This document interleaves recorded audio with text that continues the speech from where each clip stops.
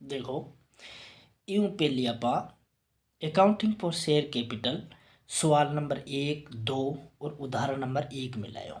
ठीक है, अब आज आप पढ़ रहे हैं कॉल्स इन एरियर्स। ठीक है, कॉल्स इन एरियर्स या अनपेड कॉल्स आर्काइव है। ठीक है, देखो कि कोई शेयर होल्डर जब अपने शेयर पर अलॉटमेंट या कोई कॉल्स की राशि नहीं चुका पाता है तब उसको हम बोलते हैं कॉल्स इन एरियर्स। ठीक है, जैसे shareholder fails to the amount due on allotment, यानी या तो अलॉटमेंट पर या और एनी ऑफ द कॉल्स, या आपकी कोई भी कॉल्स पर कोई राशि नहीं चुका पाता है तब भी नापा बोला कॉल्स इन एरियर्स। ठीक है, it has the debit balance of all the calls, यानी कॉल्स इन एरियर्स को हमेशा डेबिट बैलेंस रेसी। ठीक है, और ये की एंट्री क्या करनी है, calls in arrears account DR to share first call account, जिकी कॉल नहीं चुका पावे बापा कर दिया टू शेयर फर्स्ट कॉल, जो मान लो कि वो फर्स्ट कॉल कौन दे रही हो। ठीक है, तो to share first call account और to share second and final call account यार। ठीक है, अगर अलॉटमेंट भी नहीं चुका रही है तो आप लिख सका टू शेयर अलॉटमेंट अकाउंट। ठीक है, अब एक बाद में देखो interest rate on calls in arrears. देखो ई पर ब्याज भी लागे, कोई कोई कंपनी का है कि जिकी कॉल बकाया है बी पर ब्याज चार्ज करे। अब वो ब्याज का हिसाब वो चार्ज करे, देखो according to the article of association, या तो कंपनी को जो आर्टिकल ऑफ एसोसिएशन उसी बिरमान बी की रेट निर्धारित उसी, या अगर बिरमान रेट नहीं निर्धारित हुए तो नॉट एक्सीडिंग 10% पर एनम, यानी 10% ज़्यादा चार्ज कौन कर सके, साल को 10% ब्याज। ठीक है, अब कॉल्स इन एरियर्स की राशि जब प्राप्त हुआ है ब्याज के साथ तो भी की एंट्री करा बैंक अकाउंट DR। ठीक है, टू कॉल्स इन एरियर्स जितनी राशि भी बकाया है बा 8,000 है, और टू इंटरेस्ट ब्याज की जितनी राशि बने भी बा 8,000। ठीक है,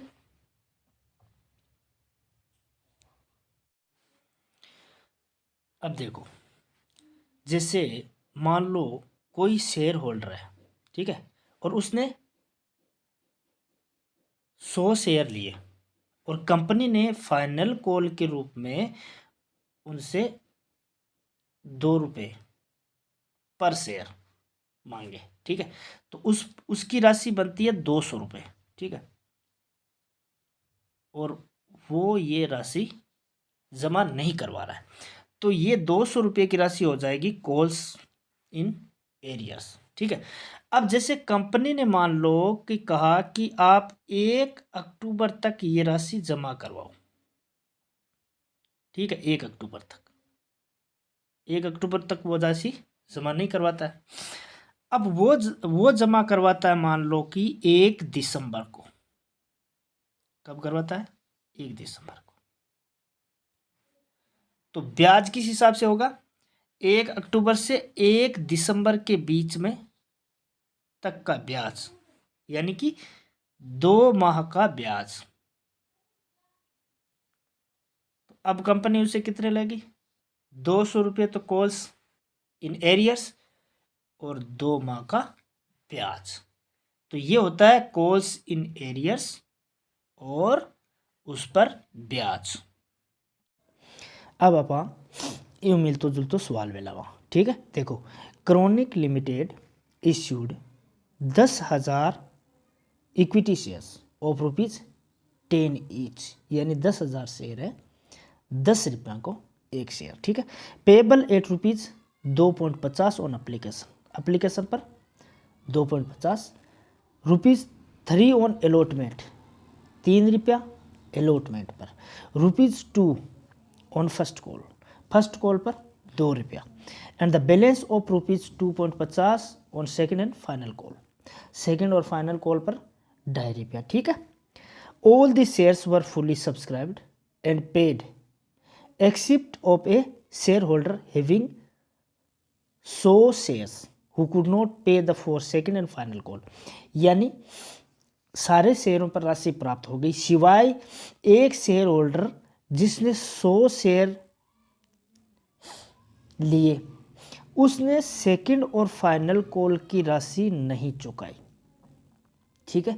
अब देखो 10,000 शेयर और एक शेयर ₹10 को। ठीक है। एप्लीकेशन पर ₹2.50, अलॉटमेंट पर ₹3, फर्स्ट कॉल पर ₹2 और सेकंड और फाइनल कॉल पर ₹3। ठीक है। अब देखो पहली एंट्री उसी एप्लीकेशन मनी रिसिप्ट हुई 10,000 शेयरों पर ₹2.5 के हिसाब हो। ठीक है। तो ₹25,000 आया। एक एंट्री कर bank account DR to equity share application account. ठीक है। 25,000 पहली एंट्री। दूसरी एंट्री उसी application money transfer to share capital. अब 25,000 ने शेयर कैपिटल में ट्रांसफर करना की एंट्री उसी equity share application account DR to equity share capital. ठीक है। अब अलॉटमेंट मनी ड्यू हुई तो ड्यू की एंट्री उसी equity share allotment account DR ₹3 के हिसाब 10,000 गुणा 3 टू इक्विटी शेयर कैपिटल, और अलॉटमेंट की राशि प्राप्त हुई तो बी की एंट्री उसी bank account DR to equity share allotment. ठीक है। आगे चलो। फर्स्ट कॉल की राशि ड्यू हुई तो बी की एंट्री उसी equity share first call account DR यानी ₹2 के हिसाब 10,000 गुणा 2 टू इक्विटी शेयर कैपिटल। ठीक है। और राशि प्राप्त हुई सी जा की एंट्री उसी bank account DR to equity share first call. ठीक है।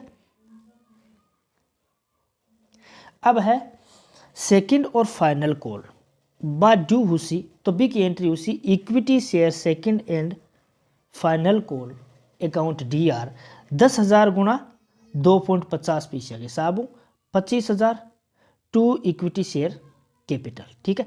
अब इ पर क्या है कि 100 शेयर है जिका पर ₹2.5 के हिसाब ₹250 आ रहा को नहीं। ठीक है। तो देखो सेकंड एंड फाइनल कॉल की टोटल राशि बना 25,000। ठीक है। और इ पर कॉल्स इन एरियर्स का तो है 100 शेयर पर ₹2.5 के हिसाब ₹250। तो आ रही कती है राशि कती है 24,750 ही प्राप्त हो रहा है। ठीक है। तो एक एंट्री देख लिया आप। कॉल्स इन एरियर्स की एंट्री बार आप देखी पहली बी की एंट्री उसी calls in arrears account DR ₹250 to equity share second and final call जिकी कॉल की राशि आ रही को नहीं है बिना पर क्रेडिट कर दियो। ठीक है।